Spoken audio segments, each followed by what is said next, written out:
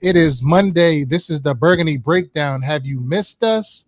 We've been gone about a week. It's Reedie, it's Juan, it's John, and it's Z. And we got a lot to talk about after that schedule dropped just 4 days ago. Because y'all haven't heard from us. We've been a little quiet. We had time to, sit back, relax, chill, and just digest this tough schedule that we had. And we got Trevon Diggs news as well. The Burgundy Breakdown starts now.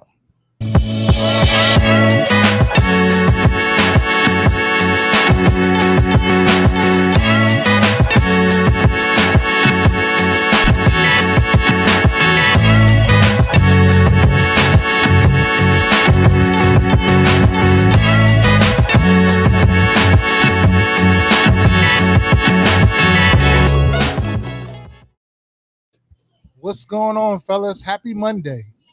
What up? What's up? Got the wrong Diggs brothers that we're interested in, but I guess it's okay. We got the wrong Diggs brothers. I want Stephon Diggs. I don't want nothing to do with that corner. You want a big bro? Really? Yeah. I don't want anything to do with Trevon Diggs. Well, let's get right into it, Juan. Since you said that one. So it's so there hype. has been news all over social media, everywhere in the community about Trevon Diggs, former cornerback for the hated Dallas Cowboys, as well as the Green Bay Packers, who was released recently after his horrendous injury history. News that he might be coming here, and we should sign him. So let's start with Juan. How you feeling about that, Juan? Yeah, I mean, look, I'll just say it quickly and just be honest. I don't like Trevon Diggs because of the perping that he loved to do with Terry McLaurin. I don't know what it is about specifically Terry or whatever, but he always try to do the most when he's one-on-one with Terry McLaurin. And every single time they match up, I can make dare I say, an excuse for Terry McLaurin, right? Like, because it was Taylor Heineke and all that. So I just don't like how he be trying to act like that towards my guy. All right, so it's a little bit of selfishness, reasons why I don't like him per se. When it comes to on the field, I definitely feel if he is healthy in this specific defense, he would probably be good because of his ability to be a ball hawk. He did lead the league in interceptions a few seasons ago. So from that aspect, he probably would be really good because in this defense, as we know, you don't need cornerbacks that can cover for 4, 5, 6 seconds. I mean, I don't even know if there is a defense out there that you want your cornerbacks to be covering that long. But in this one specifically, you're relying heavily on your front seven. So the pass rush should be getting there quick. You know what I mean? The linebacker should be getting home very quickly, giving hell to the quarterback, which is going to force earned throws at times. And that's when you have a Trevon Diggs specializing in what he does, is taking away the football. But the biggest concern is, of course, how is that knee injury? Is he 100% back from that knee injury that he sustained a few years ago with Dallas? Obviously, he was in the Green Bay Packers this past year. Didn't really do much there, but that's the reason why I personally just don't want him. Just because of my off the field biasness with Terry. And then he grew up a Redskin fan, but then he got to Dallas and talking about, I was never a Skins fan. So it's a little bit of personal issues I have with him as far as off the field. Like, I don't know him as a person, so I don't know his character, so I can't judge him for that. But I just, he got to apologize to Terry first. Okay, you heard it here first. Juan wants an official apology to Terry, and then I think Juan will come around. So, how you feeling, Z? What's your take on this, Z? My take is fuck all that shit, Juan.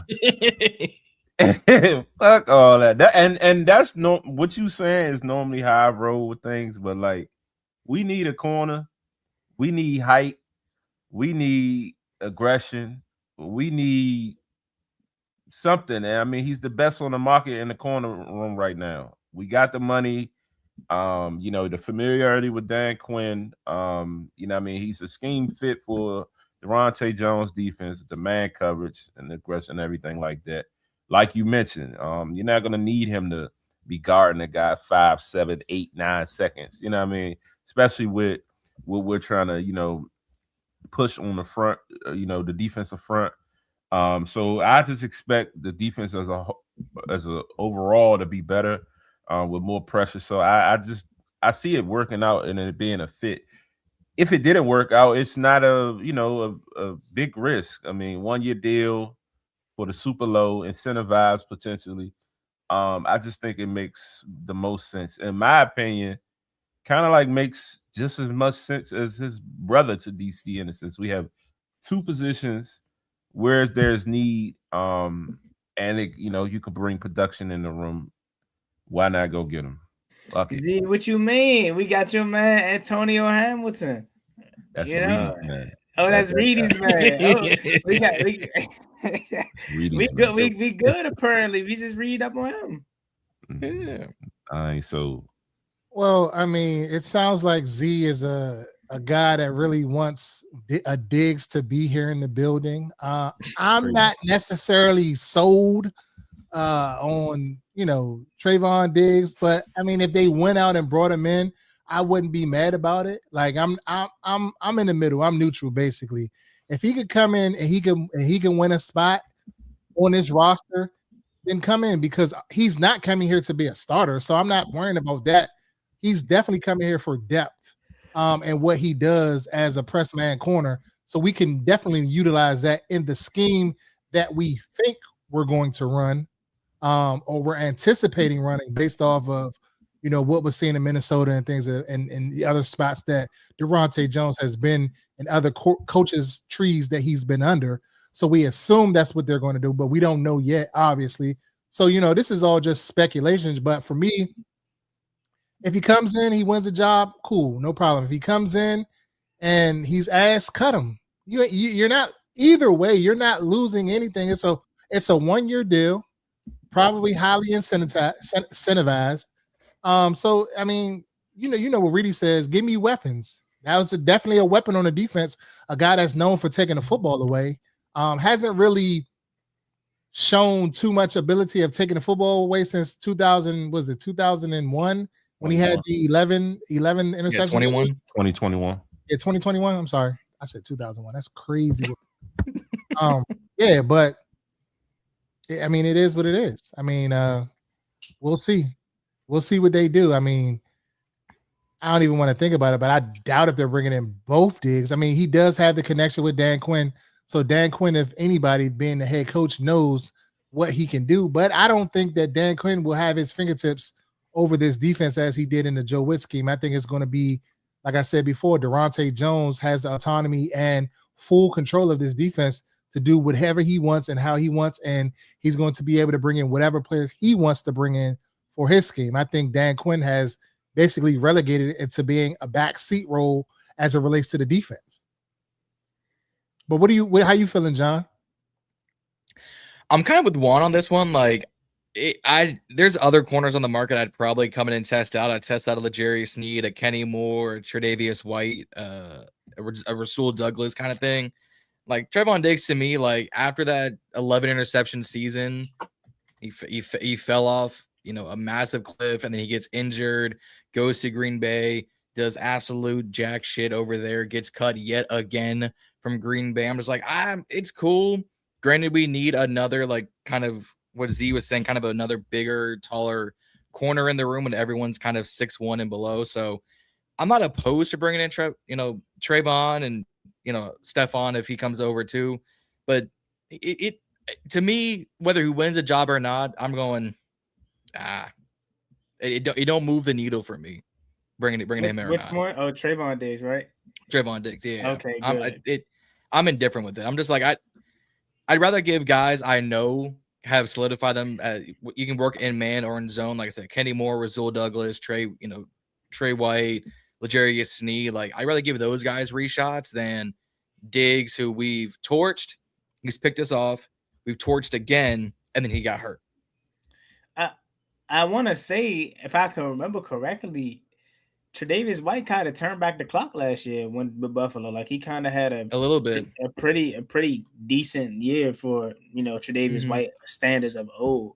So I'm with you. I definitely feel like, but here's the thing though, like I said, and kind of what Z was saying too earlier, like if he comes in, or Reedie also said, like, a rotational guy, like maybe on key passing third down, since you know he's that ball hawk, he could jump passes like the best of them. Maybe you only put him in situations where you're thinking, okay, we could pick our spots, and maybe this is a play where he could jump a route or two. Because as Mike said, that same season where he had all them interceptions, he gave up 1,000 yards too. So it's like clearly he cannot cover, right? So it's kind of like you take the good with the bad.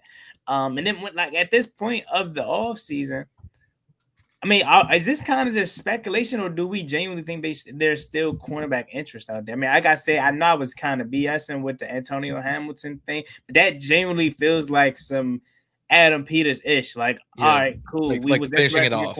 Yeah, like we cool with just Antonio Hamilton, because of course your starters, Mikey and Trey and Meek Robinson and Akilo Witherspoon, and this was kind of like the last missing piece. This probably sounds crazy, but like I don't know. I probably would have preferred like somebody younger, like Colin Vickers or something like that, instead of Antonio Hamilton. I know he had pretty solid game versus the Giants last year. But he's older, you know what I mean? That's what you got. Antonio, you got Akilo Witherspoon for to be 30-plus-year-old cornerback in that room. Now what? Antonio Hamilton's like 32, 33. So I don't even know if they have genuine interest in this cornerback room. But what I will say is that other Diggs, brother, we gotta stop acting like this man ain't still that. Like people are so like in the moment because I guess his off the field antics, but like bro is literally still 1,000-yard receiver. And like he would immediately come in and be so much better than anything we've had in forever. And like I'm also thinking about it from the perspective, say what you want about him off the field, with females and things like that. But I genuinely don't see nobody on his team that don't like playing with him. I mean, I guess Josh Allen, I guess whatever. But like the receivers, he bonds well with the receivers, right? All the receivers last year with the Patriots, they loved him. Pop Douglas, Kayshon Boutte. So like, not only will he come in and give you a potential 800, 900-yard season and still be ultra productive, but he is going to be able to, in my opinion, he's going to be able to raise Antonio Williams as an on-field receiver, because people made that a good point too. They, everybody's quick to compare him to Amon-Ra St. Brown, but like a baby Stephon Diggs, I can see that too in the way he plays. So I'm just thinking about it from that perspective. And like at this point, man, does he not want peace? Like I would like, I'm at the tail end of my career. I probably would just come home or whatever to finish off my career, but still have a chance to win a Super Bowl, because last year in the Super Bowl, he was the only receiver getting open for the Patriots. And Drake made it. He was getting killed back there. Yeah, he just wasn't himself. So Trevon Diggs, if it happens, okay, not gonna be like jumping up and down, but I'm just gonna be hoping, like Reedie said, the connection with Dan Quinn. Hopefully, he turns back the clock. And that sounds crazy. What he's like, he's probably only 26, but yeah. And also to Reedie's point, what he said earlier, I kind of feel a little bit different though, because Dan Quinn under the Joe Whitt Jr. Era, or whatever you want to call it, tenure, he actually was pretty much hands off. And I think that was one of the mistakes he realized he made, especially when he decided to take over the defense, or once, Joe Whitt kind of was already one foot out the door.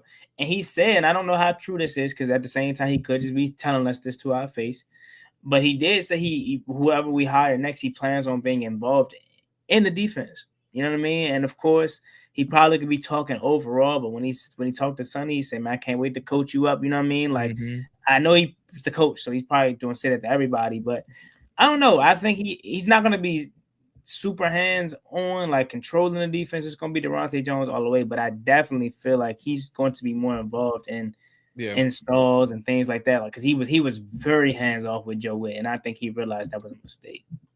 I think it might be like a 70-30 split. Like you said, like year one, Joe Whitt, he was completely hands-off. Here's the wheel. I'm going to go in the back seat and chill.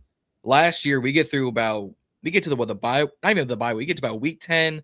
We get to the Miami game, and we're all saying Joe Whitt's got to go. Marshawn's got to go. Joe Whitt can't coach defense to save his life. He couldn't coach a defense out of a wet paper bag. DQ says, you're taking the clipboard back. I'm taking over. And it was like, I think they all kind of agreed. It was a marginal improvement with the same talent. It went from like 29 to 27. It's marginally better.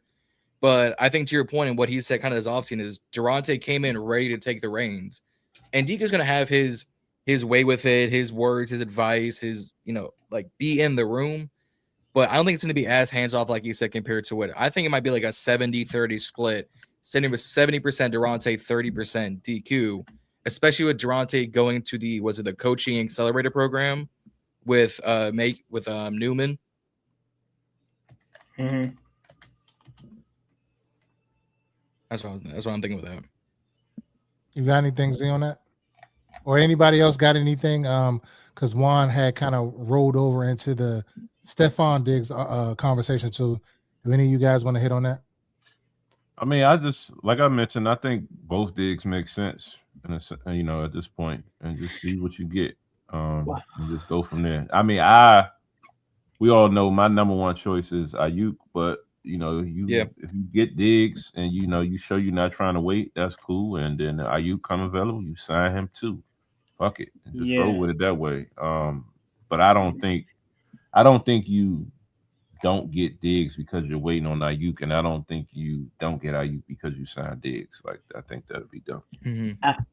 I kind of disagree with you, Z. I think I'm with you, but I disagree because I'm thinking about it from a realistic standpoint. Me, if I was in charge, hell yeah, I'm getting Diggs and Ayuk. But I think we think too much like Madden in a sense, if you ask me. Now, if Adam Peters shocks the world and genuinely goes out and gets Stephon Diggs and Brandon Ayuk, that would be lovely. But they're content, man. They make one move and they're going to sit on their hands. You know what I mean? Well, I can kind of shocked us with the Dafe Owe and Caleb Chase on signing, but that was a position group that needed an overhaul anyway. Yeah. We drafted a receiver. We got Terry McLaurin. They still believe in Luke McCaffrey. There's still question marks surrounding, is Treylon Burks actually going to make this roster, and is he going to actually be healthy and continue with have a play? Did last year, right? They brought back De'Ami Brown. So to them, they're not like desperately fiending for multiple receivers. Had they not drafted Antonio Williams, hell yeah. But I don't know. Yeah. I'm with you. I would do that in a heartbeat, sign both of those guys. But I just don't see them doing it, especially if, because we got to be real. Like I said, Stephon Diggs is Juwan Jennings just signed for $13 million.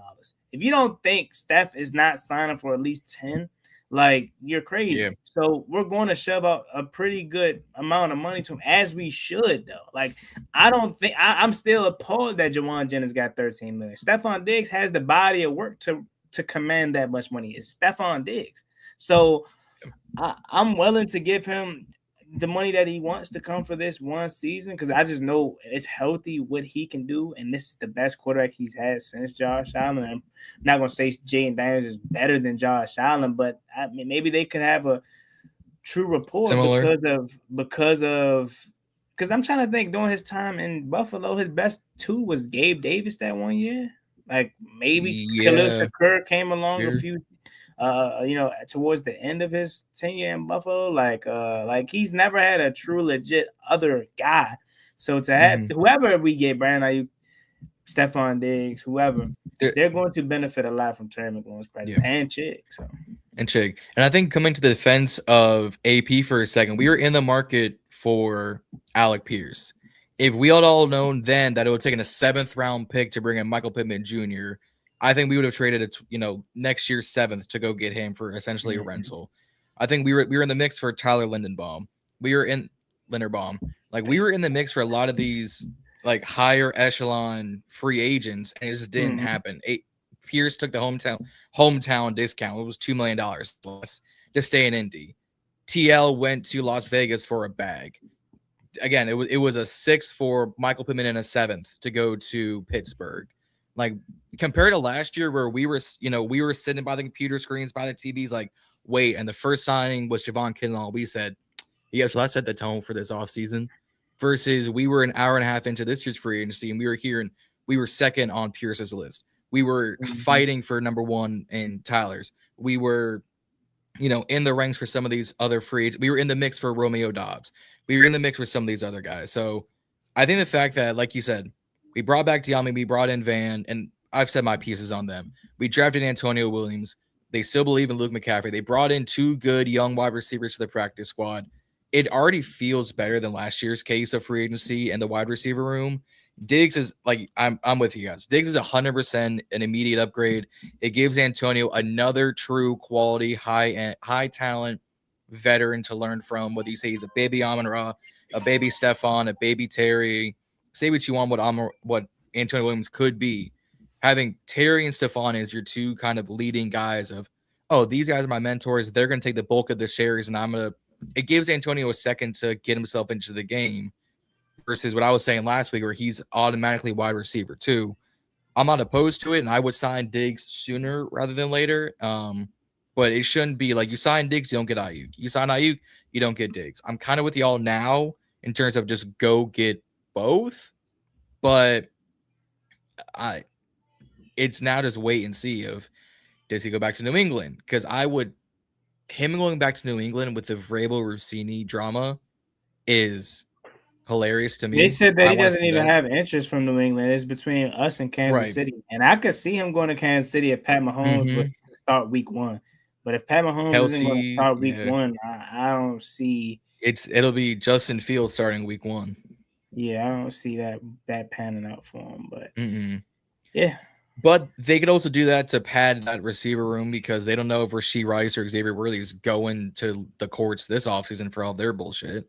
So that could be a Walker, Kelsey, Diggs, give Fields some veteran guys to pad the stats with until Mahomes comes back. Or he signs here, comes back home, and it's Terry, Diggs, and AW 14 for Jaden to start the season off with 2 straight road games. Man, I think on paper, when we think about that, like that, right now we're probably looking at it like, okay, it's an upgrade. But when you say it like that, compared to what we have now, that would literally, I think, that would take my confidence so high. I'm already pretty confident about this team this year, just if everything goes right and stay healthy.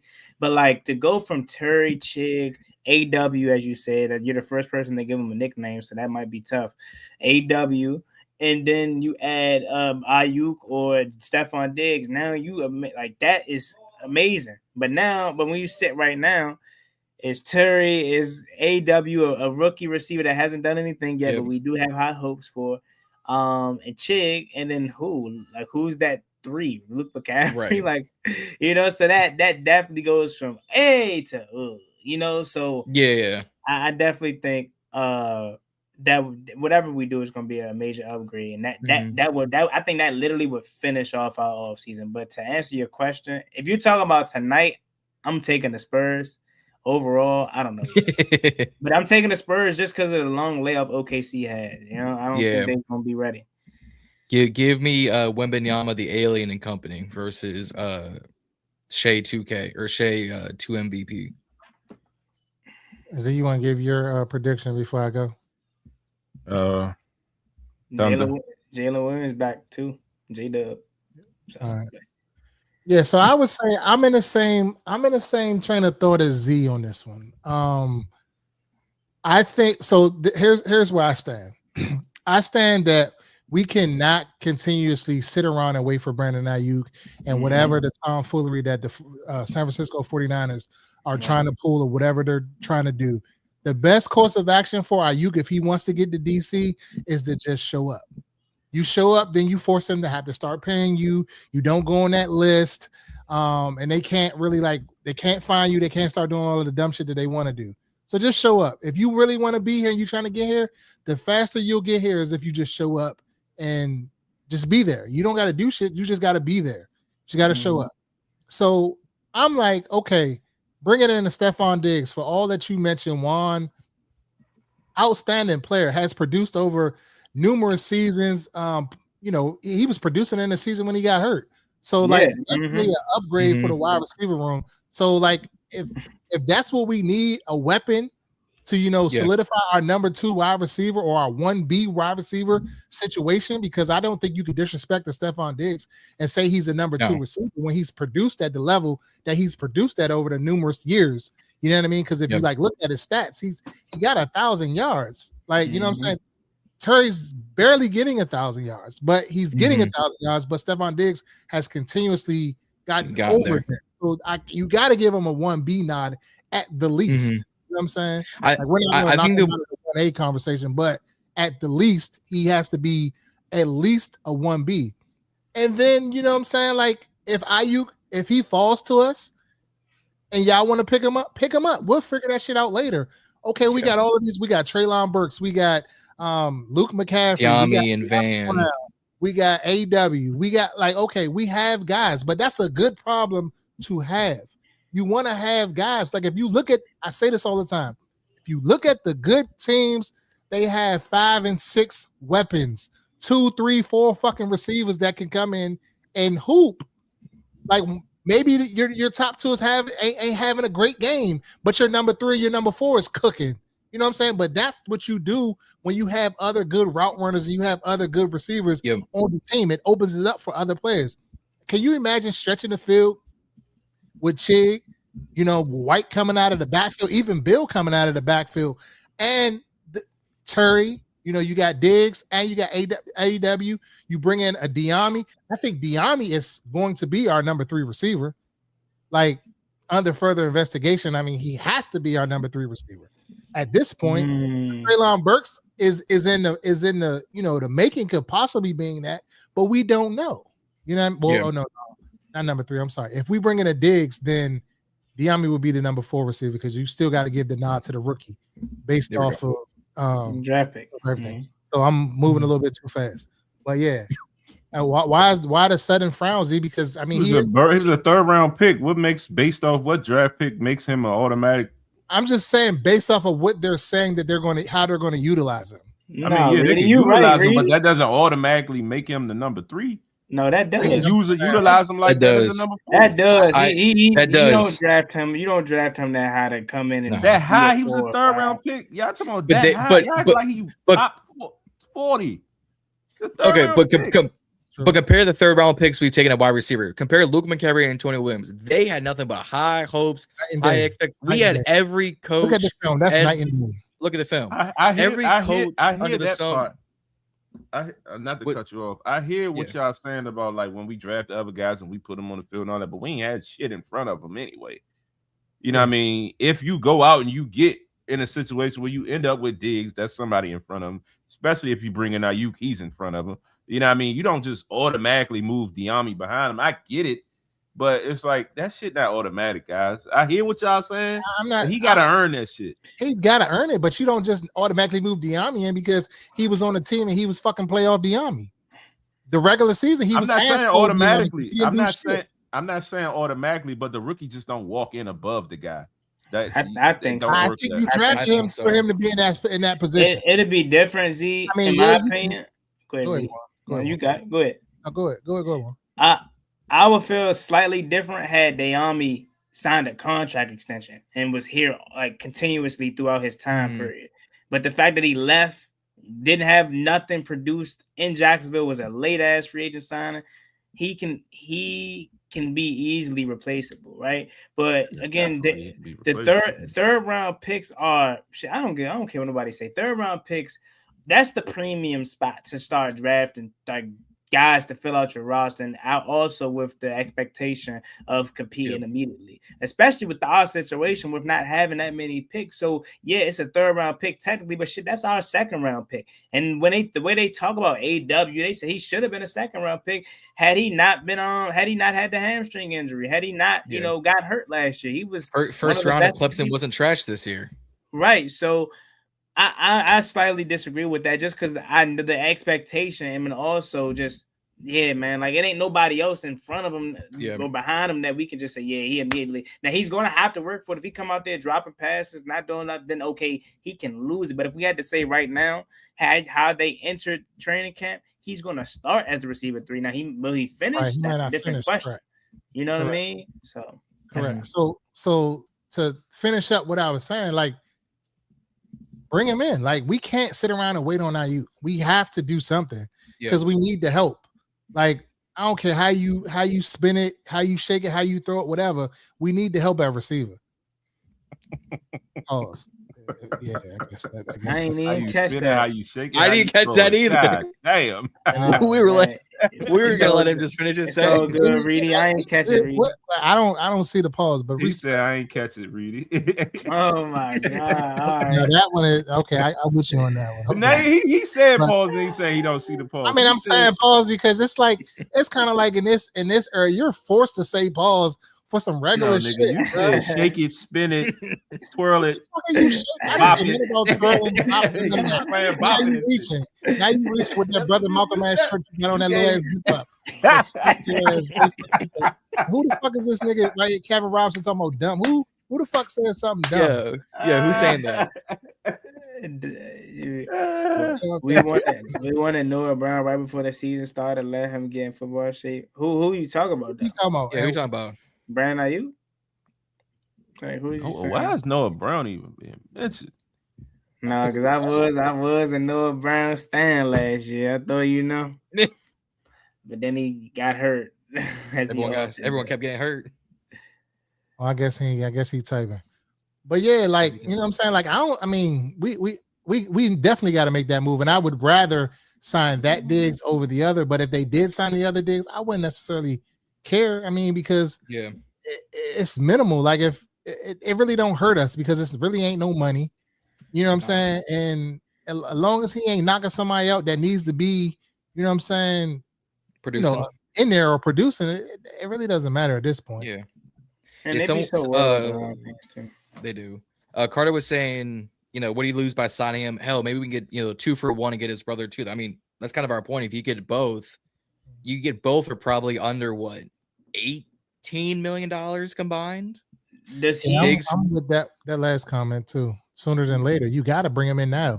We can't wait until fucking August to bring in Brandon Ayuk or whenever they figure out week 1. Oh, let him get into shape. Fuck that. If he ain't here by the fucking training camp, I don't want him. Keep his ass over there next year. My question would be: so obviously we know Stephon Diggs clearly has the body of work to command a $10 million like. Do we sign Trevon Diggs? Does he have enough chops to say, yeah, I want $8 million? Or, you know what I'm saying? I feel like he a veteran minimum kind of signing. Yeah, he don't have no room to no leverage, nothing at this point. No, yeah. I would probably do like a $7.5 million, 2 guaranteed, $500,000 signing bonus, and the rest are incentives. Like up to $7 million. So the base is 2. Your signing bonus is 500, so there's 2.5. Really 1 3/4 by the time you get through taxes. And if let's say he gets 2 interceptions, that's $1 million. If he gives up less than 1,000 yards, that's $2 million. Well, you go from 2.5 to 6.5, and then you could say if you make the playoffs, you get 500,000. You get to the end of the championship, there's $1 million. Like you can break up the contracts. I don't think he'll command more than 8. I'm just saying you can break it up to where. Like Amik Robinson's is 2 for 16, but it's really only 9 guaranteed. Like you can break it up across the full scope of the year. And I see everybody in the comments talking about let him get in shape. We can wait in shape by now. I don't know when the fuck he gonna get in. You should be in shape. Get him in shape. We gotta wait. That motherfucker ain't going to the facility. He low-key look like he on that motherfucking dipper for real. As small as he look. Fuck, he ain't in shape yet. Come on, bro. He gotta be in shape. Come on, bro. He gotta be in shape, bro. We can't sit talk about sit and wait for him. Fuck that. We gotta pull this chemistry together now. Pull that schedule up, Reedie, because that's we not there yet. We not there yet. Okay. But moving the show right along, we're gonna get on to something nice. Myself, the Minnesota Avenue. Go ahead. Hey, if y'all haven't already done so, please like, share, subscribe at the Burgundy Breakdown on all social media platforms. Do us a favor. We're on our road to what, 500 or 400, John? Where we at? 500 on the Burgundy Breakdown account. Okay. Please. Hey, link is in the description. Please get us there. We're trying to on our road to 1,000 subscribers. Get us there. We appreciate y'all tapping in with us. We appreciate every single comment. Get in there, pop your shit, as we say all the time. We don't care. You know what I'm saying? It might get a little crazy in here, but it's all love at the end of the day because we all here because we love this team. So it ain't personal. But if you haven't already done so, please follow Juan Gotti at his channel, Juan Gotti Talking Sports. Please also follow John from the Ballin' and Burgundy podcast. He's on his individual role, as well as please follow Reedie and Z. Subscribe, all that good stuff on all the social media platforms. Your number one source for Washington Commanders content. But before we go on to the next topic, I just want to give a big shout out to my man, John Dowd in the building for graduating class of 2026, Old Dominion University, as well as one of our, our supporters, Mike, in the chat. Yes, sir. Graduating Virginia Union. Yes, sir. I come to find out my man Mike graduated with a biology degree. I'm in the STEM field. The whole time you talk to Mike, I'm like, he's just a regular, like, Mike is smart. He's biology. Come on now. Man, give it up for them, man. Congratulations to my guys, man. I appreciate you. Shout out, Mike. There go, Mike. Salute.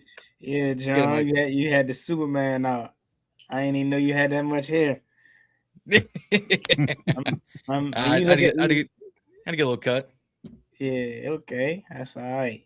That's all right. That's all right, man.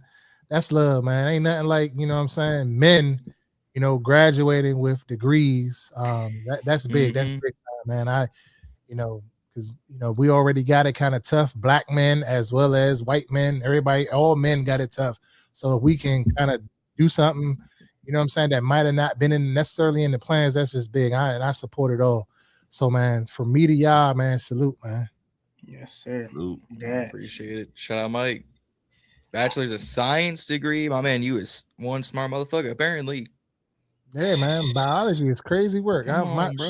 Go ahead, dog. I can't even hold you.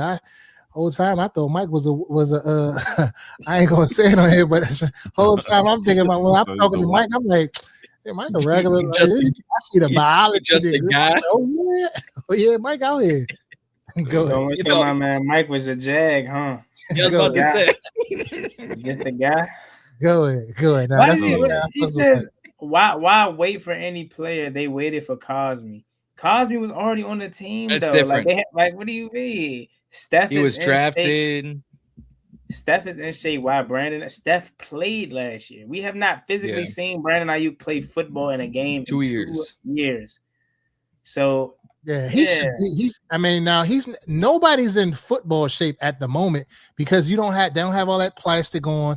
They're not running around in it. So it's like he should be in general shape. Yeah. Like he may not be in football playing shape, but nobody is. That's why I'm saying we got to get him in here the sooner than later. We don't have time for San Francisco to keep playing games. So if we got to sign Stephon Diggs in the meantime to figure it out, because we got to go on. Have y'all seen the schedule? Like, realistically, have y'all seen the schedule? We have no. It's crazy work. We could literally start this bitch 0-3, 0-5. Mm-hmm. Real. Speaking of the going there. No, I was gonna hit the other thing first, but we can, since we on it, we can go there. Go to the schedule. Pull it up, John. Pause. Let's talk about it. As a Commanders fan, as a Cowboys fan, I cannot wait to sweep Washington again this season. Nah, not happening. Like, look at this schedule. Like here, week 1, we kick it off with the Eagles on the road. Week 2, on the road with the Cowboys. Then we come home to play the defending Super Bowl champion Seahawks. Then we play the Colts in London. Then we come back and got to play a tough division opponent. We were barely beating the fucking Giants when they had sorrier players and they had a weaker coaching staff. They got a better coaching staff and they got better all across the board. Then we come back. Then we come back and then we play the 49ers before the bye. We literally could on Monday night. Pause at the bye. We'll be on 6. Break down the first 6, Reedie. Literally could be like, so we got to come out the gate ready. We can't come out half steps. We can't come out bullshitting. We gotta, have everybody fucking present, ready to go, getting in shape, doing their shit. We can't wait for IU. The urgency is just stepped up 5 more notches. You know what I'm saying? So like Reedie always say, go get me weapons. Go get them. Any weapons you can get me, go get them. What's your thoughts, Juan, about this right here? What you saying the first 6 weeks? That's some bullshiggity, man. In the words of Ed Oliver, that's some bullshiggity because I don't understand. Like, did they forget that we were 5-12 last year? Like, I get it. Don't get me wrong. We were gonna have to play these guys regardless. But like, whose bright idea was, let's throw Washington 5-12 on the road, 2 division games back to back. When in the hell when do they even do that? I think they said 1980 something was the last time we had to do. Like, come on. They really trying to set, and then our first home game is against Seattle. Like, what the fuck? Like, and then we go to London. And then we go to London, and I ain't even tripping too much off that matchup, but the mileage, bro. Like how far after them 3 grueling games, we then gotta go to London, that long ass trip, and then we gotta come. We gonna have a slip up. Even if we start hot, we gonna lose that Giants game. And even like say the first 2 games, say we find a way to beat Philly, lose to Dallas, or lose to Philly, beat Dallas 1-1. We beat Seattle on the road 2-1. We beat the Colts 3-1 or whatever. We're gonna lose that Giants game because I just feel like it's the schedule just it just jumps. Like it's just right out the gate, and it's like damn. And then I know Reedie only stopped at 6, but like the bye week, after the bye week, like you come back out the bye week, Eagles again, then the Rams. Like what, fellas, what the hell? Who made this, bro? Who made this shit? Like we were 5-12, bro. Like you could have orchestrated this so much better. Like gave us somebody, like gave us Arizona in between one of these games. You gonna give us the trash schedule late in the year. The only thing I can say about that is maybe we're kind of up and down throughout the year, and then when we get to the later parts of the year, where we can kind of stack W's and maybe back our way into the playoffs. But even still, why you say that? But even still, when you look at it, we still play the Bengals. That's a high-powered offense. Rams, high-powered offense. Falcons, Bijan alone is a high-powered offense. Texans, high-powered defense. Vikings, they still got Jettas you got to respect. Jaguars, they got every wide receiver these people want in the comment, whether it's BTJ, Parker, Jacoby, or Trav. You got to worry about Dallas. They got a top offense. The final 5 weeks alone, you're going against some of the top offensive weapons and some of the top defensive weapons, especially with the Texans. There's a shot you start the season off 3-3, and you could lose 3 of your last 5 to end the season. Yeah, I mean, you could, but how I'm thinking about it is so top heavy, right? Because after that Bengals Monday night game, you finally get a breather, and who knows? Maybe the Titans actually shock you, and they're actually not as they're overhaul. They may actually be quality at that time. I think they will be. What if Jacoby Brissett has the Cardinals not necessarily winning games, but being competitive in games? They may be 1-something, 2-something at that time, but you look at their margin of losses, they losing every game by 5 points or something. And where the game they finally just sneak, Then you think about they got weapons. Game. Right. You think about the Texans game, that defense clearly is amazing, obviously. But I'm not going to lie, I kind of want to stop talking about the latter part of the year because we don't know what, like Joe Burrow may not even be there week 11. You know what I mean? Given his track record, he may not even be there. You know what I mean? Like CJ Stroud may be benched, right, by that time because of, like we truly just don't know. Like Trevor Lawrence, I don't really want to talk about. Like week 11 is the cutoff for me because like after that it's kind of like it's tough because we can't really gauge like how many people looked at their schedule. Oh shit! How many people looked at their schedule last year? I thought you might have flashlight and start talking. I could have sworn Undertaker. That would have been tough. About to come in. that would have been tough, but I ain't even thinking like that. But think about it. How many people or teams last year looked at their schedule around this time, based it off of what we did last year, and was like, "Oh, we got Washington. That's going to be tough. Jaden Daniels going to be out there. Jaden Daniels was not out there. Terry McLaurin was not out there." So I kind of don't even want to talk about the latter part of the year, but I will say if we find a way to just be paused up and down throughout the year, worst case scenario, that we're win one, lose one, win one. If we're just like that the whole year up until week 11, week 12. Then that's probably we can sneak our, start to stack some wins and sneak our way into the playoffs. But to quickly wrap it up, like I ain't gonna lie, I know we talked about how hard the schedule is to start for the the 2 division games too. But think about it like this too, fellas. You look at the Eagles, the Cowboys, the Seahawks. That's 2 division games, 3 conference games off the rip. So even if you know what I'm saying? We win these games or we lose these games. That Seattle game is super important. Why? Because what if later down the year their division stacked, right? The 49ers is going to be good, more likely than not. The Rams going to be good, more likely than not. So it's going to come down to a head-to-head tiebreaker. What if we mess around and miss out on the playoffs because you go all the way back to a week 3 matchup that we lost head-to-head? and they got the tiebreaker. They got the 6th seed over us, or they got the 7th seed, and we're out. You know what I'm saying? So that's going to be important too. And when you look at it, I'm counting all the NFC games from up until the start of the season. So Eagles is 1, Dallas is 2, Seahawks is 3, the Giants is 4, the 49ers is 5. Then you got your bye week, Philly 6, then the Rams is 7, then it's the Giants 8. Our first 8 games that like technically playing like is all NFC opponents. Like besides the Colts that's in there, that's that one AFC opponent. Everybody else is NFC. So like again, whoever made our schedule or orchestrated the way that they did, they either want us to get our get back badly, right? Or they genuinely want to see us just they want to see us fail. Hey, whoever made their schedule. Go fuck yourself. Oh, no work. Go fuck yourself. You had to play it twice, huh, John? I had to play it twice.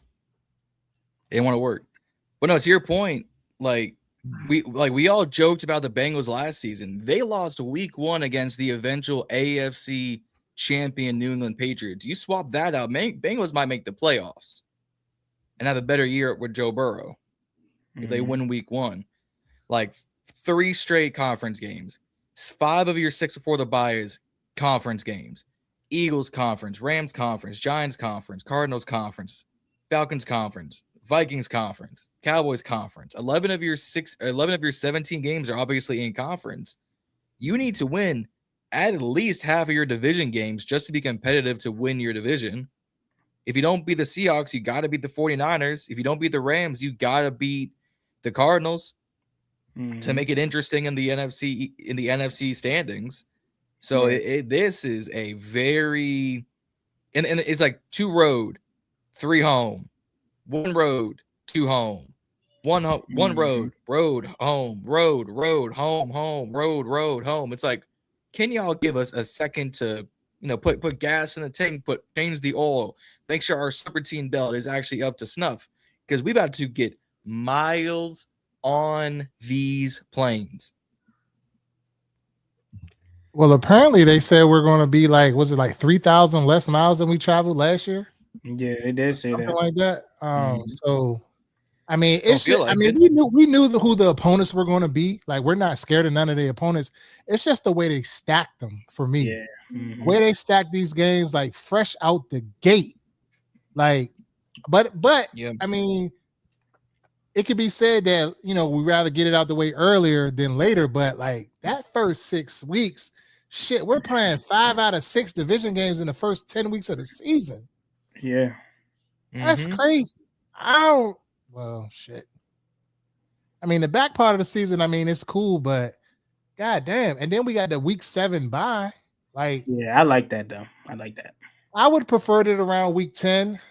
I'm tired of them Jones though. I'm tired of them late. Somewhere around that ain't really too late. Like, what we had it last year, 12 or 13 or some shit like that. 12 I know. The last few years we've been having them super late, so I'm kind of happy about that. So like 10, 9, 10 range would have been good, because I feel like that's the halfway point of the season where you can kind of. But the way they got these games kind of stacked, the Thursday night game. We're need it. Yeah, with the Thursday night game going into the Monday night football game, we kind of got that time to kind of recover and stuff like that coming out of those games. So I think it's kind of like some rest built into it. Yeah. Dan Quinn's just going to have to be judicious on how he employs that rest and those vet days and things of that nature, depending on how guys are, if there's injuries and things of that nature. But hopefully we got all of the injuries out of the way last year and we don't see any this year. I think we'll be fine. I mean, you got to play all of the games. It is what it is. I wish that they were in a different order, but they're not. So you just got to play football. You got any thoughts, Z? My thoughts are simply that the one part that you did mention, we already knew who we were going to be playing. Yes, they stacked them in an order that, is not favorable. But at the end of the day, like I look at it from a perspective like, we come in, we playing the Eagles. The Eagles ain't the top shit that, the Eagles that we look upon. They They haven't done a whole lot. They made some moves this offseason. They haven't done a whole lot. They're about to lose A.J. Brown. We don't know what that's going to do to that team. So there's a possibility that they may not roll out and be as, a dominant opponent that we think. The Cowboys is always iffy. You know what I mean? When they play us, they definitely, step up and play. But, them too, they're beatable. The Seahawks, they are the defending Super Bowl champs. And it's, they're going to have a target on them this year. Last year they kind of slipped through the cracks and made it all the way and won and shocked everybody. This year it's going to be different.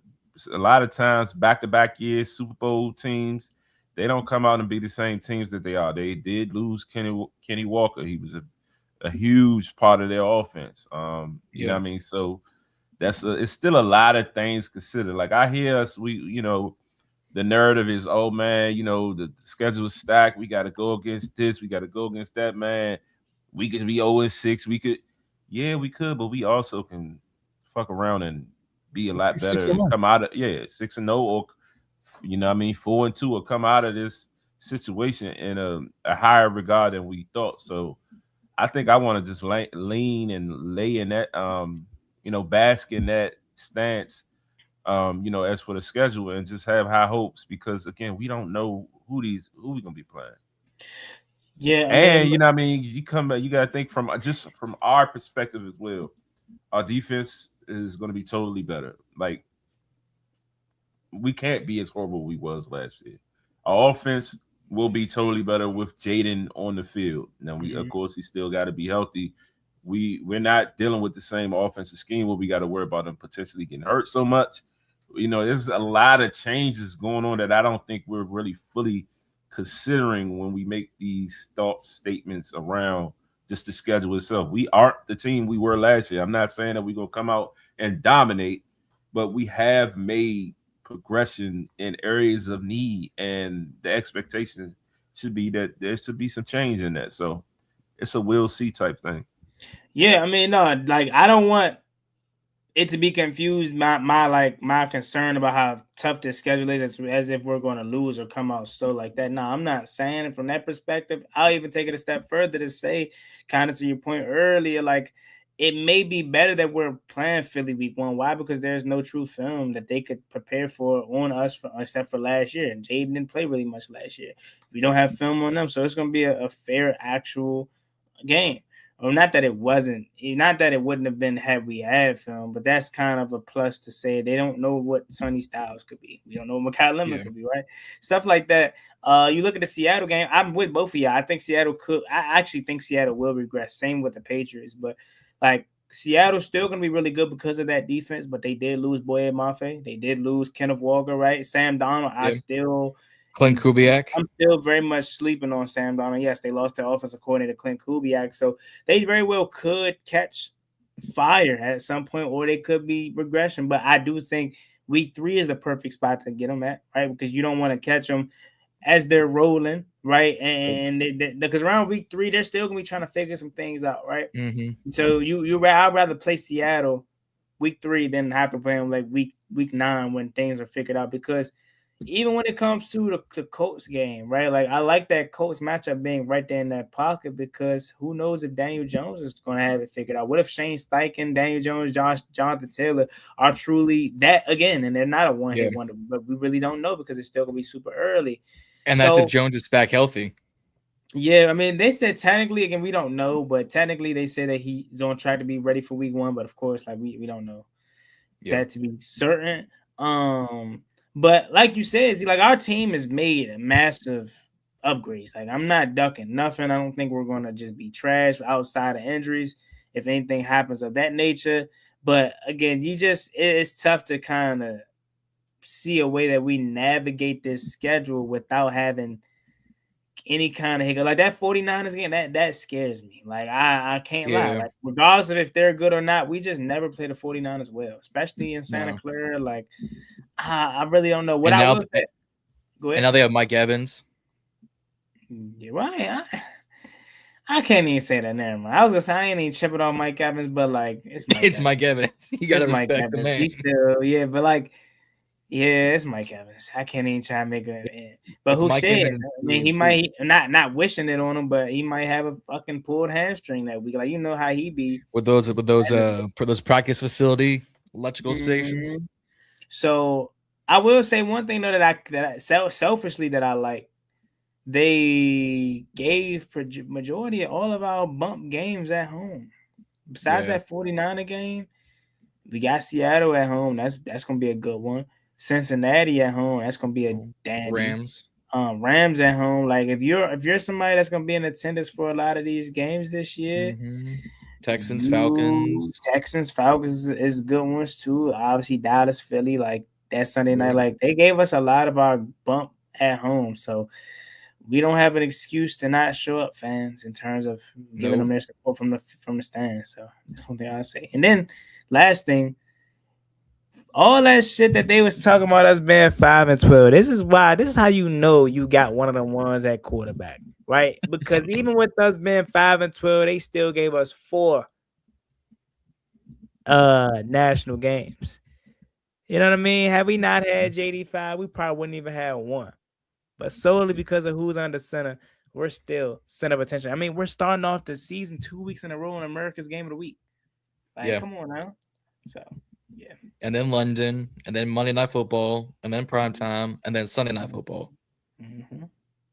Oh, like, really? Yeah, like so, like three of our primetime games. You know, London isn't considered primetime. It's early in the morning. It's international. You kick off the first 8 weeks, 2 primetime in a London, and then you've got a back-to-back primetime, and then the rest of your games are 1 o'clock to 4:25s. Like Vikings, Jaguars, Cowboys are TBD. I would say Vikings is 1 o'clock, Jags is 1 o'clock. You could say Dallas is 4:25. Once we finish off Bengals on Monday night, afternoon, 7 straight afternoons.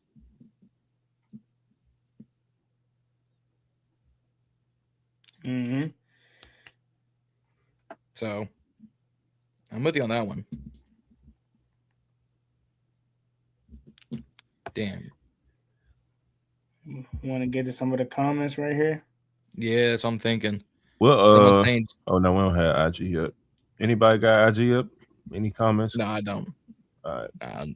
I don't do the IG anymore. I'm trying not to overload my computer. Someone's saying JD5 is not basically a rookie, so he's still gonna. JD5 is going to get better. He ain't a rookie no more. Don't do that. Mekhi Lemon and Antonio Williams play similar kind of styles. Not. I gotta watch more Mekhi Lemon. I think Antonio Williams. Antonio Williams. I think he's more versatile, but I can see the similarities if you're talking about strictly with them both being slot primary receivers. But I trust Mekhi Lemon more on the boundary than I do Antonio Williams. But in terms of versatility, being able to do more, yeah, I can see Antonio Williams being more versatile in that aspect. Doing a lot better.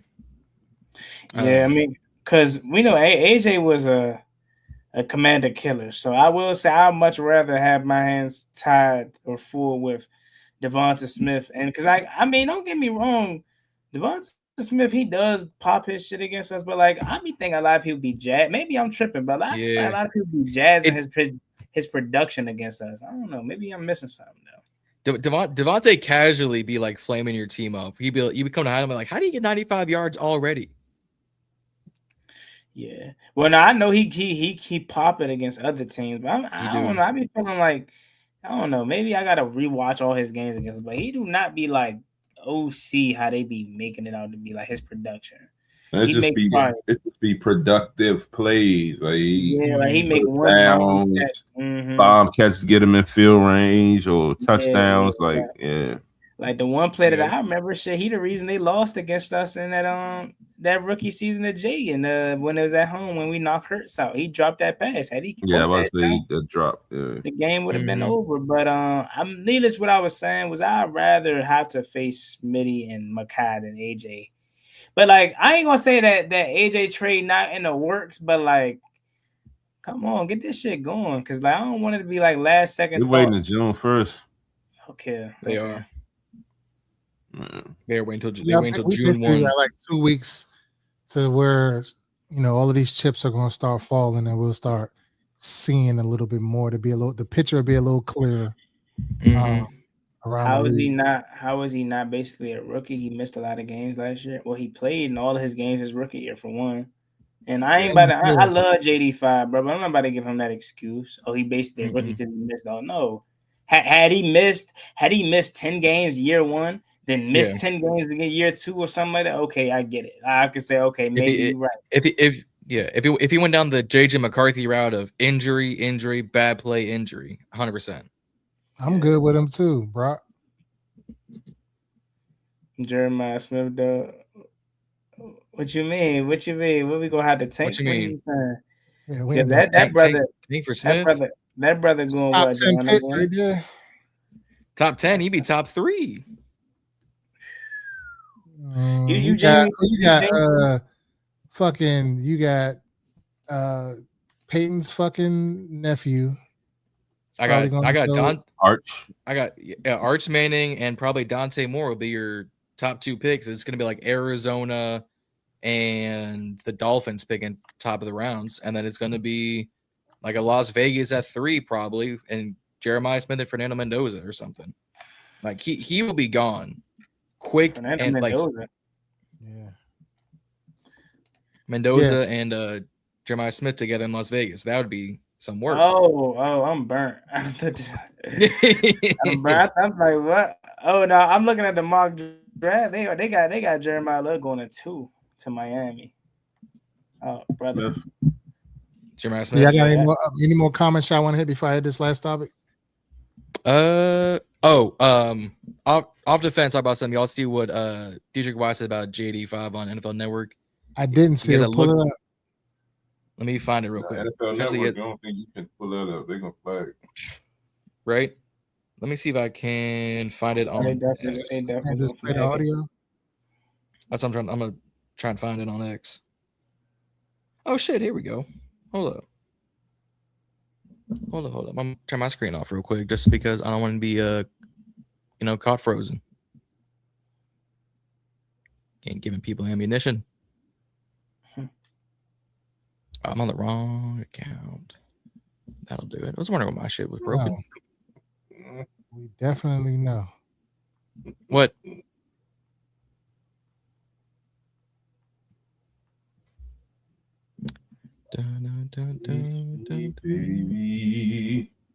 I'm pulling it up. And yeah, here we go.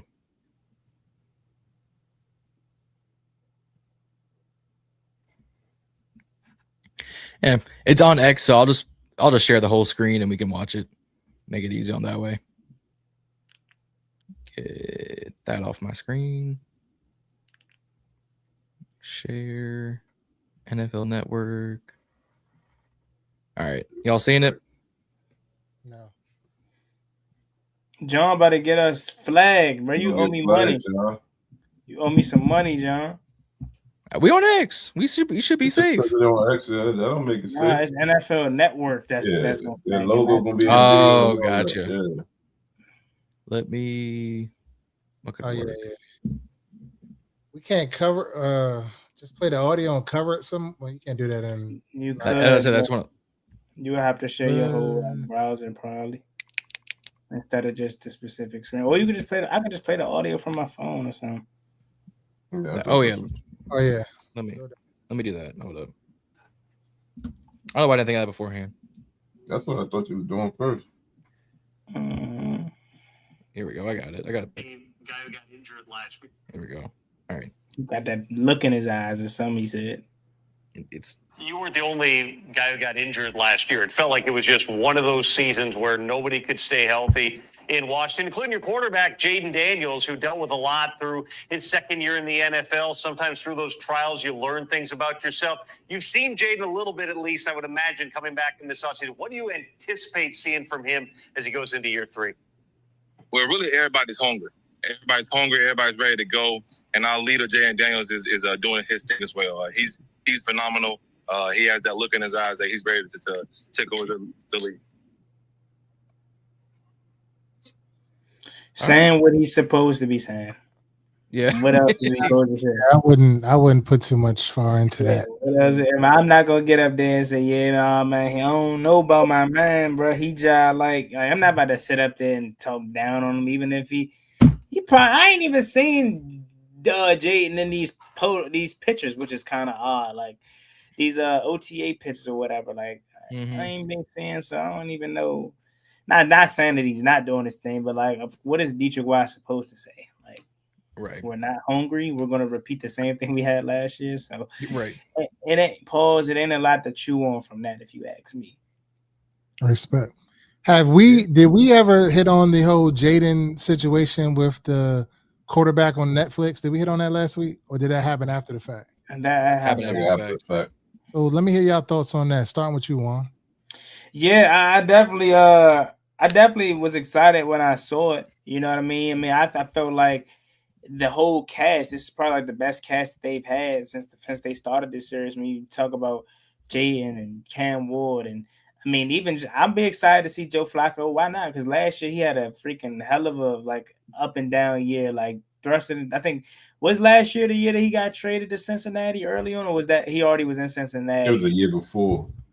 So never mind. But he had to play a lot last year because Joe got hurt. So we'll probably get to see a lot of behind the scenes of how an older quarterback like that prepares to be thrusted into a role like that. Who else is on that? It's Baker Mayfield, I think. That'll be Mayfield. Cool.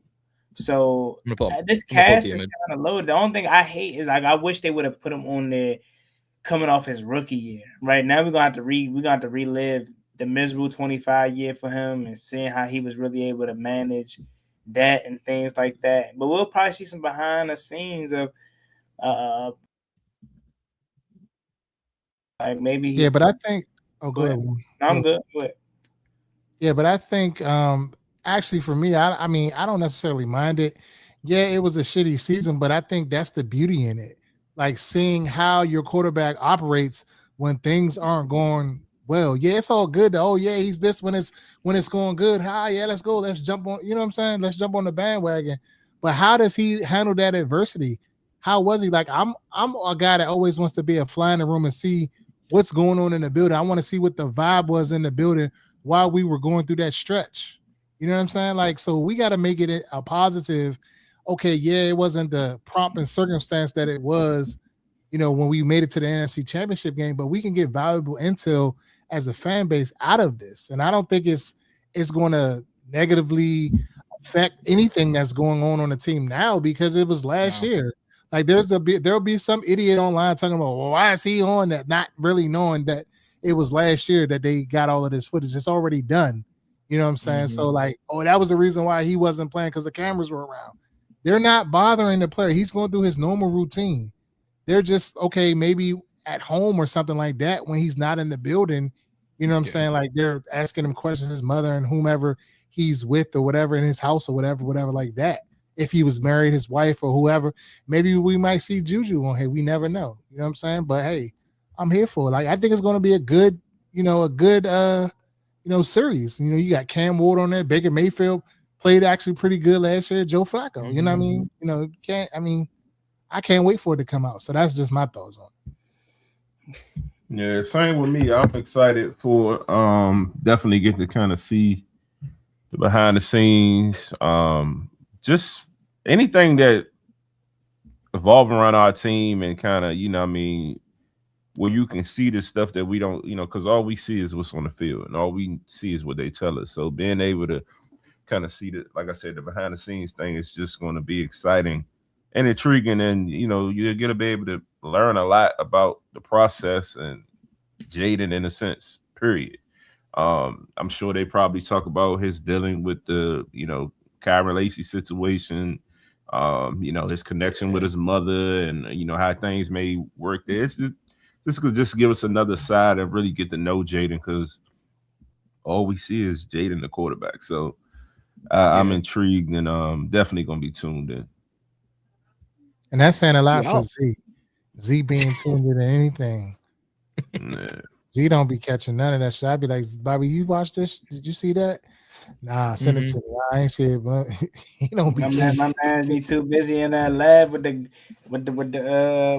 great clothing brand. AZ, I ain't gonna lie. Yeah. I done had about 56 old heads walk up to me talking about that Joe look sweet. Where I get that from?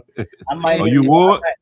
Oh yeah, I don't. He said, oh, yeah. I ain't gonna He was lie. walking through. I ain't gonna lie, Zia. You gotta tell me how to wash the joint though, cause the packaging that came and that joint was boofing, bro. I ain't gonna, it's not you. It's probably The factory.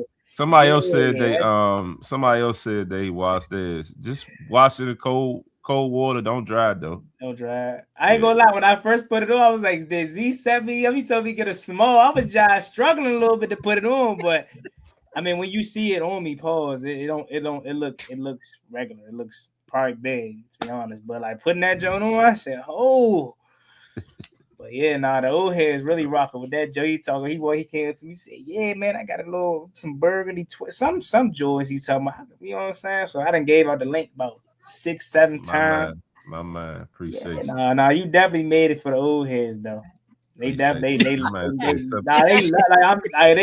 that's their story. He trying to play, get his ass. Z. I'm not playing. That's their slang. Like they literally, it's all the young dudes. Now I was about to say whole time, like y'all probably don't remember this because y'all too young. But back when we was going to school, like in elementary and shit, all the gym teachers and everybody used to wear the little swish swash sweatsuits. Like, so that's probably why he's saying all the old. Oh no, because Nike brands back in the day, the Reebok Jones, all that. Mm-hmm. I remember that, but now like. Because all the young dudes my age, all that say, "Oh, that's the Commander sweatsuit, kind of wow." Young niggas do. They don't know swag, man. I say you said you could switch up the Jones perfectly cut around my ankles. Oh yeah, come on, man. You know, sad. Man, that's some. I might get that bitch on standby. I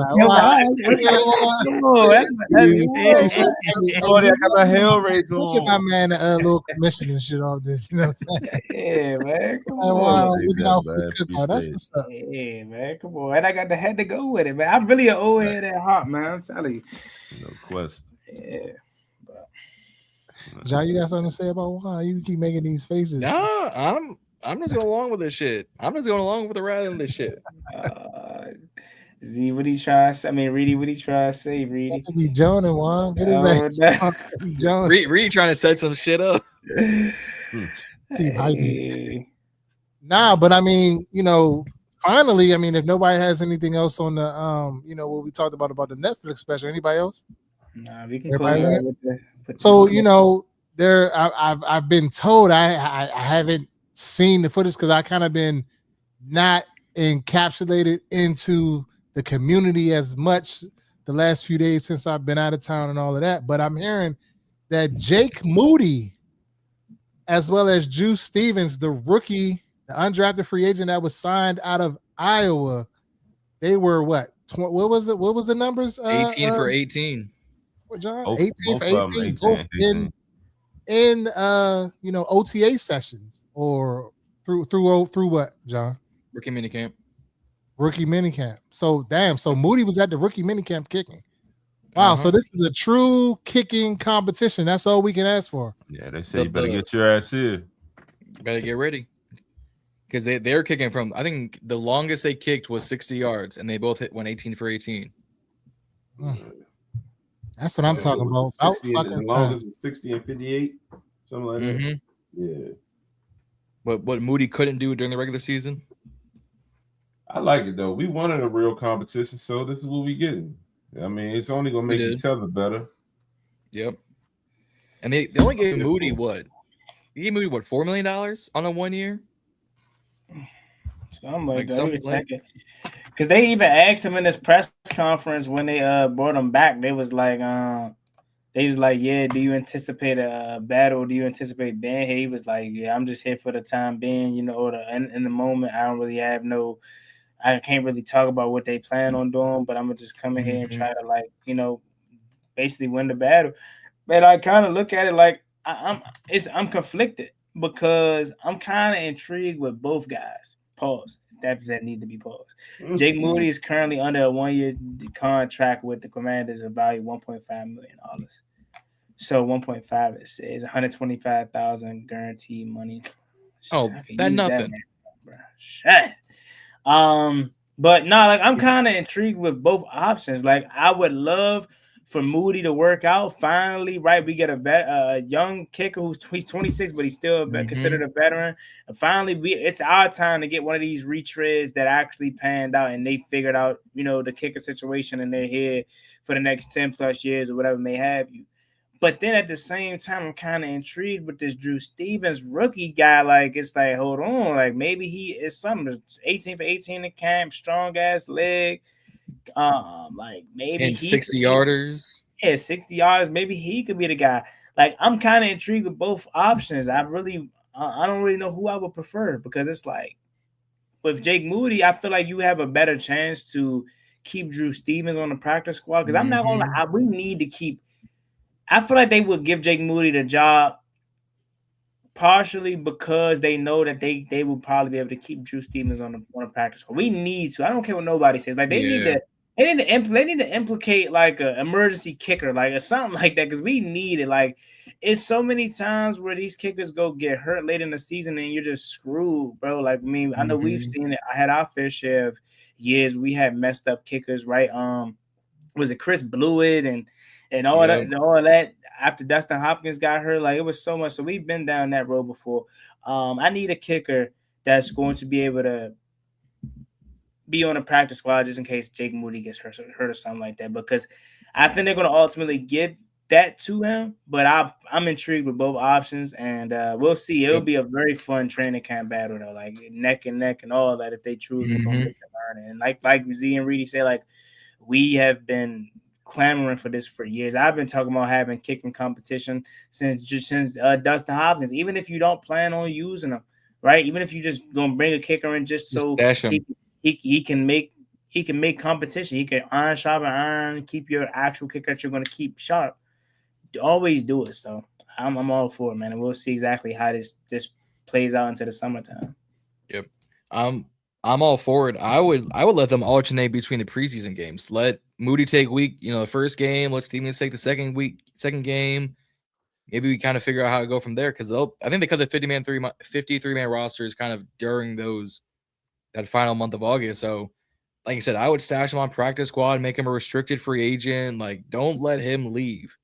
And it's crazy. Moody only making 125, making less than a senator right now, and yet they can play and they can't make money work. Crazy work. But like I said, I'm all here for it. I'm ready to see we got some like consistent special teams play outside of Tressway, who's been consistent for years. It was actually, I heard a video right before we close out. I heard not a video, but I was listening to the radio the other day, and they was talking about Tressway, and he gets all this praise. But they were saying like how like the last couple of years he hasn't even really done that great at punting. Like he's regressed, or like PFF, or some would like the sense of like PFF had him ranked pretty low as a punter. Is that what we doing now? Is that what we doing? I just randomly heard it, and I'm like, damn, for real? We grading punters now. We got nothing to do in the offseason. I mean, to be fair, my man, 36. How long y'all expect his left leg to stay prime? For sure. Let him live. Let him breathe. I'm like, damn, they evaluating trust like that. It's like, damn. I mean, they brought him back on a 1-year deal, so it's just like keeping him in the building is just as long as they can. But I mean, we at that point in the offseason where we're gonna start discussing if we cut, release, or trade Tressway. That's what we're doing now. That wasn't the discussion. It was just more so of good. Stating the facts about the situation. Moving along from that topic right there back to the kicking, the regular place kicker topic. I think if it's neck and neck pause, going through training camp, I would say that they're probably going to go with Drew Stevens, just based off the fact that he's an undrafted free agent. One, so whatever they paid him is probably less than maybe what they're paying Jake Moody. And they have the potential to just kind of lock him up long term. And I think that this regime has shown that they'll go with something developmental that's going to lead into a long term versus something that's not. So I think that in that case, they would probably lean towards him versus Moody. But I don't know. But that's just my gut feeling right now as we sit May 18th going into the season. I think that's what they're probably going to end up doing. It seems like to me. Any rebuttals or anybody think otherwise on that? You're on mute, Juan.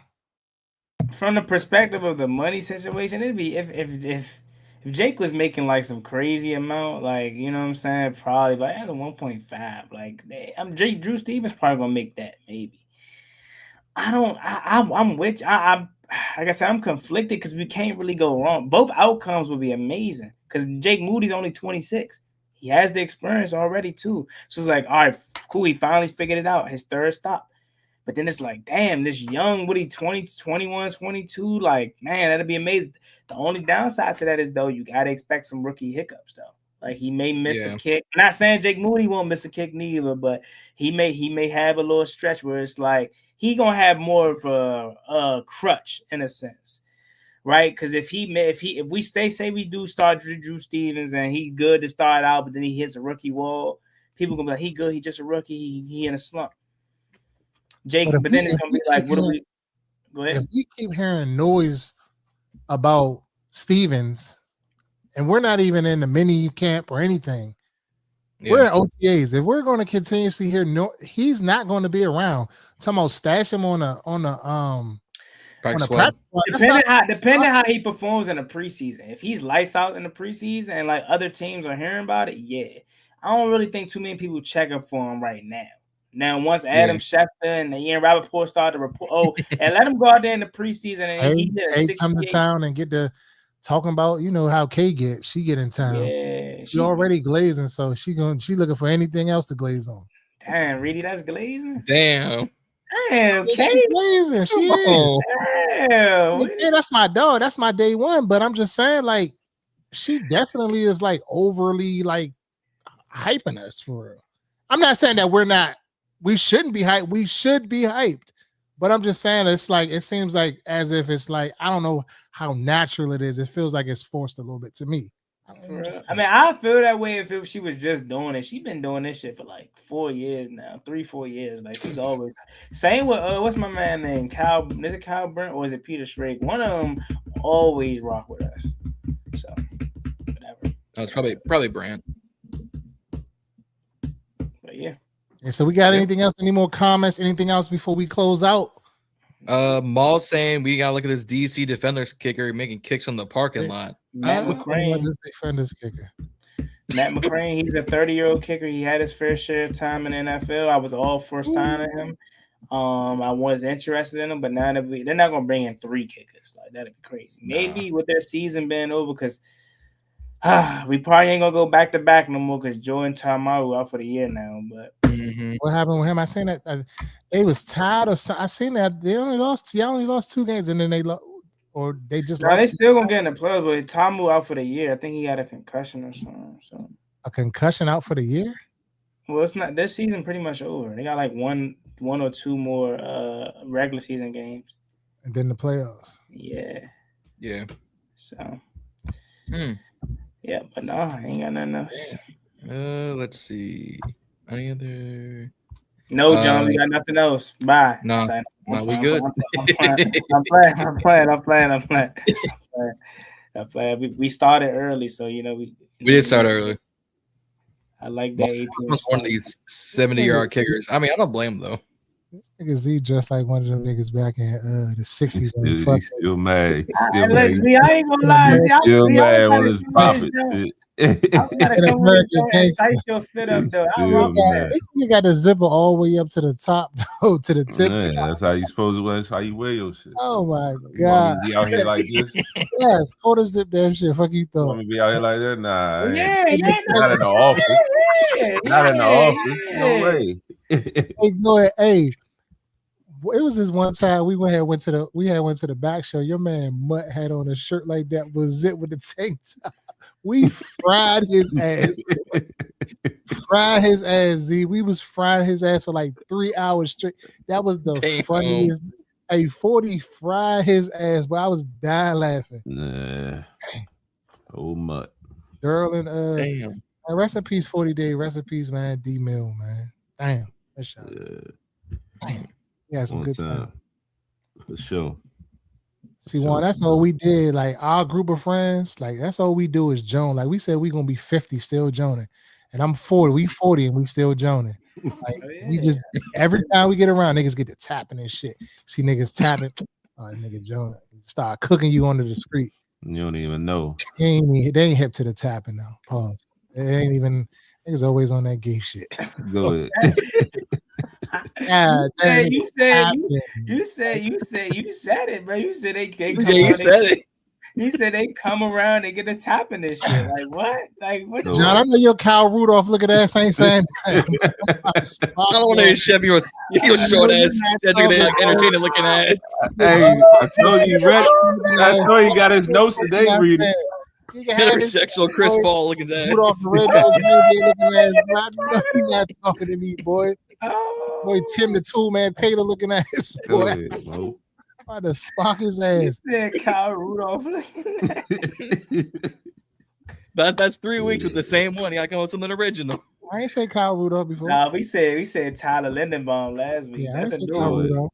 Kyle Rudolph, that was original. I've heard We ain't go with before from you already. We ain't go with the You got it from tight me end. before? Yeah. Maybe. Okay. Maybe. I'm trying to start some shit. John was quick with him. Z, I ain't even expect that. You talking about I got jokes. Cedric the Entertainer? I don't even look nothing like him. Like Short ass. who's short? I ain't short. I'm 5'11". Pulling guard.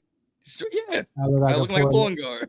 Hold on, did John say he like 6'4" or some shit like that? What John? Yeah, he's definitely not 6'4". John is fucking 5'6". Yeah. I've seen the footage of you.